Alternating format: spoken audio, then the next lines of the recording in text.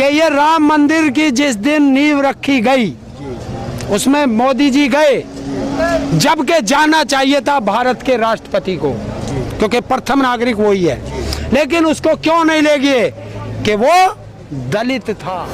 जब उस जमीन का सर्किल रेट 5 करोड़ 80 लाख रुपए था, तो उसका बैनामा 2 करोड़ में कैसे हुआ?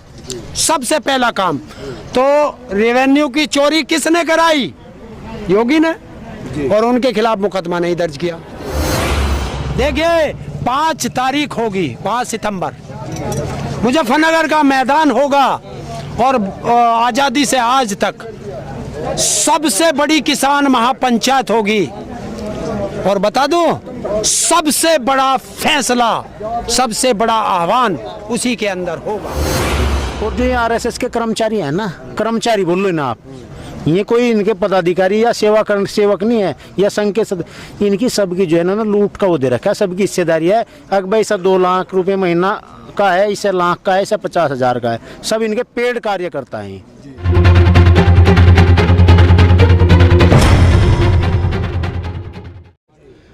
ये देश का जो किसान जो है, इसके साथ में पूरा देश जुड़ा हुआ है, क्योंकि आप जो है अनाज पैदा करते हैं, पूरा देश खाता है, इस देश का जवान भी खाता है। तो क्या आपको लगता है जो किसानों पे जुल्म हो रहा है, नाइंसाफ़ी हो रही है, और जिस तरह से किसानों के साथ में इस तरह से अत्याचार किया जा रहा है, तो 2022 में यूपी के इलेक्शन में और 2024 में क्या इस सरकार को आप उखाड़ पाएंगे? मैं कपिल साहब से सवाल करना चाहता हूँ। ये सरकार कौन उखाड़ देगा? सरकार तो अपने कर्मों से उखड़ेगी।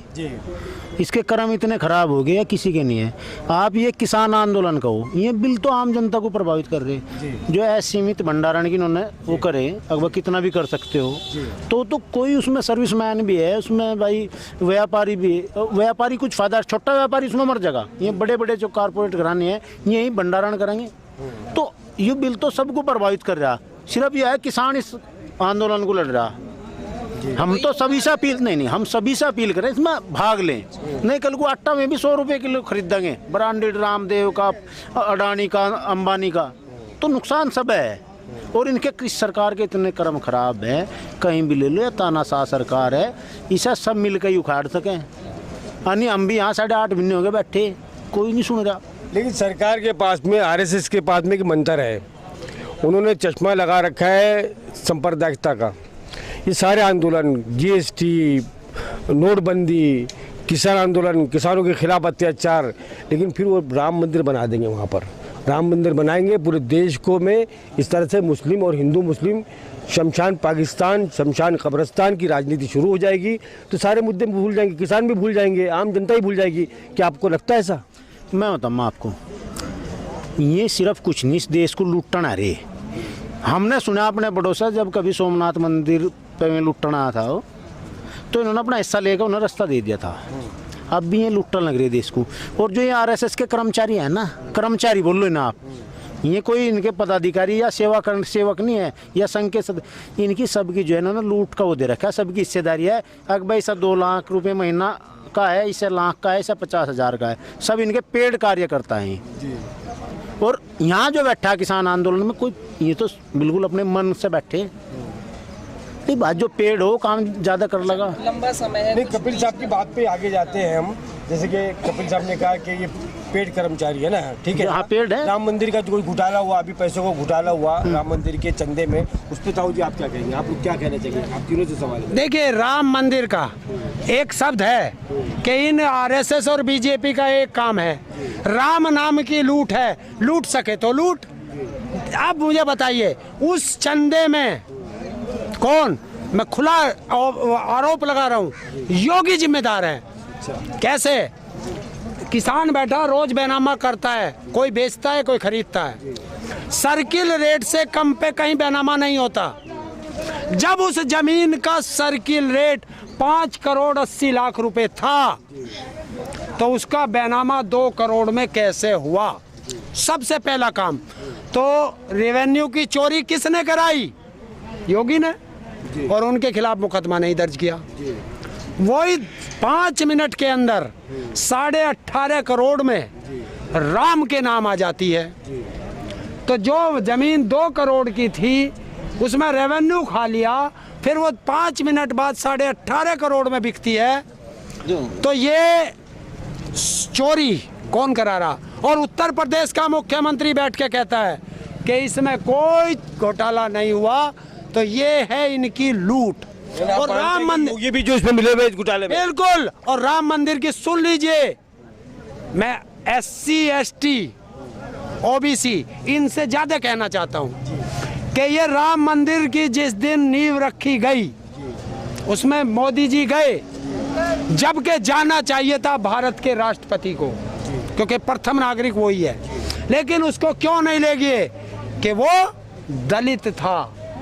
और राम मंदिर की जो कमेटी बनी थी उसमें 200 आदमी रखे गए, 192 उसमें ब्राह्मण थे और 8 उसमें ठाकुर थे, OBC ST कोई नहीं। और जब वो उसे राष्ट्रपति को क्यों रोका गया कि दलित मंदिर में नहीं जाएगा, गारा पकड़ाएगा, सीमेंट की वो पकड़ाएगा, चिनाई कराएगा और मंदिर के बाहर कटोरा लेके भीख मांगेगा। दूसरी चीज, जब वोट की बात आई कि दलितों का वोट भी लेना है, तो राम मंदिर के लिए सबसे पहला चंदा राष्ट्रपति से लिया गया कि दलितों ने भी चंदा दिया। ये है इसकी सच्चाई। सबसे बड़ा जुर्म और आंखों में धूल झोंकने वाली बात कि आज देश में जो है हिंदुओं के नाम पर दलितों को, OBC को, ST को साथ में लिया जाता है, लेकिन जब मंदिर में जाने की बात आती है तो दलितों को एक तरफ कर दिया जाता है। इसमें मैं कपिल साहब से भी सवाल पूछना चाहूँगा। इस पर इनके यहाँ किसी की कोई वक़्त नहीं है, चाहे उसमें भाई दलित हो या हिंदू हो, ये लूट रहे। आप इसका एक स्टिक जवाब है। आप ये देखो, हमारे राम है, हमारे दिल में बसे है, हमारे शरीर में है, सबके मन में है, और ये उसी का मुद्दा बनाया कि चुनाव मुसलमान भी आदर करते हैं, मुसलमान भी आदर करते हैं, सब करते हैं। मुस्लिमों ने अपनी जो है वो दे दी, वहाँ जमीन सब काम कर दिया, कोई ऐसी बात नहीं, ना उस पर कोई आपत्ति डाली, ना कोई बात, सबकी आस्था है राम में।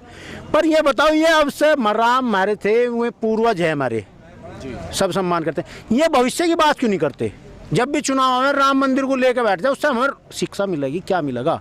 भाई राम मंदिर है, बनना सबका सहायोग होगा, हम भी देंगे, बढ़ चढ़ के जो भी होगा हम भी देंगे।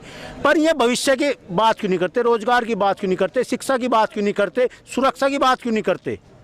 नहीं करते। सिर्फ हमें जो है भूत में ले जा, भूत में वो ले जाएगा जिसे कुछ करना नहीं। भविष्य की बात वो करेगा जो अपने देश का भविष्य संवारेगा। देश के बुनियादी मुद्दों से भटकाना चाहते हैं ये जनता को। ये तो भटका ही रहे भाई। इन पे क्या है, हिंदू मुसलमान और भारत पाकिस्तान, यानी असली मुद्दे तो ये हैं जिन पे आज यहाँ किसान आंदोलन चल रहा, इन पे विचार करें। बेरोजगार युवक फिरे, उन पे विचार करें। करे आज तक कभी किसी से? पर जो टीवी पे बात हो है तो वे प्रायोजित बात होती है, किसी भी भाई बेरोजगार से होती है, किसी भी किसान से होती हो, वे पहले जो है प्रायोजित कर लें कि आपको ये बोलना, और उन्हें जवाब ये देंगे। टीवी जो मीडिया है, अधिकतर लोग वही सुनते हैं, आपको ये मालूम है, तो आपको लगता है नहीं कुछ शिकंजा आपको उनकी तरफ भी करना चाहिए? नहीं, कल राकेश जी ने सीधा आज तक पे सीधा शिकंजा कसा।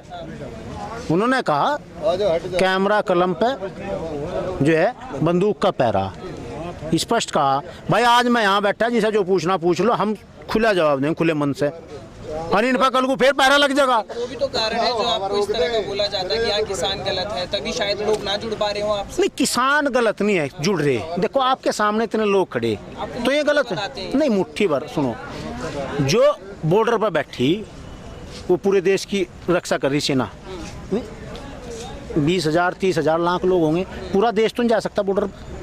तो हम भी किसी अपनी जो है किसान कौम का प्रतिनिधित्व कर रहे हैं यहाँ बैठे।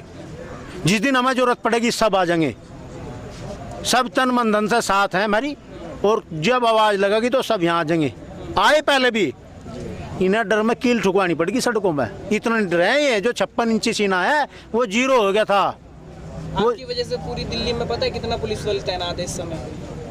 नहीं, वो अपनी रक्षा के लिए कर रखा उन्होंने अपनी रक्षा के लिए कर रखा। यानी किसान तो शांतिपूर्वक आता, दिल्ली में उन्होंने घुसने नहीं दिया, इतने डर हैं। क्या इसके अंदर क्या सॉल्यूशन लग रहा है कि हाँ हमारा ये काम करने से हो जाएगा? क्योंकि पैतरे तो काफी आजमा लिए आपने, कुछ बचे हैं तर्कस में, कुछ तीर बचे हैं। देखिए, किसान के तर्कस में हमेशा तीर रहेगा जब तक किसान रहेगा। किसान अभी तो एक और आ रहा, 2022 में कितने दिन है? फरवरी में चुनाव है।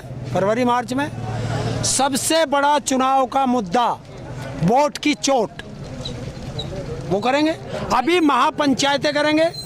देखिए 5 तारीख होगी, 5 सितंबर मुजफ्फरनगर का मैदान होगा और आज़ादी से आज तक सबसे बड़ी किसान महापंचायत होगी।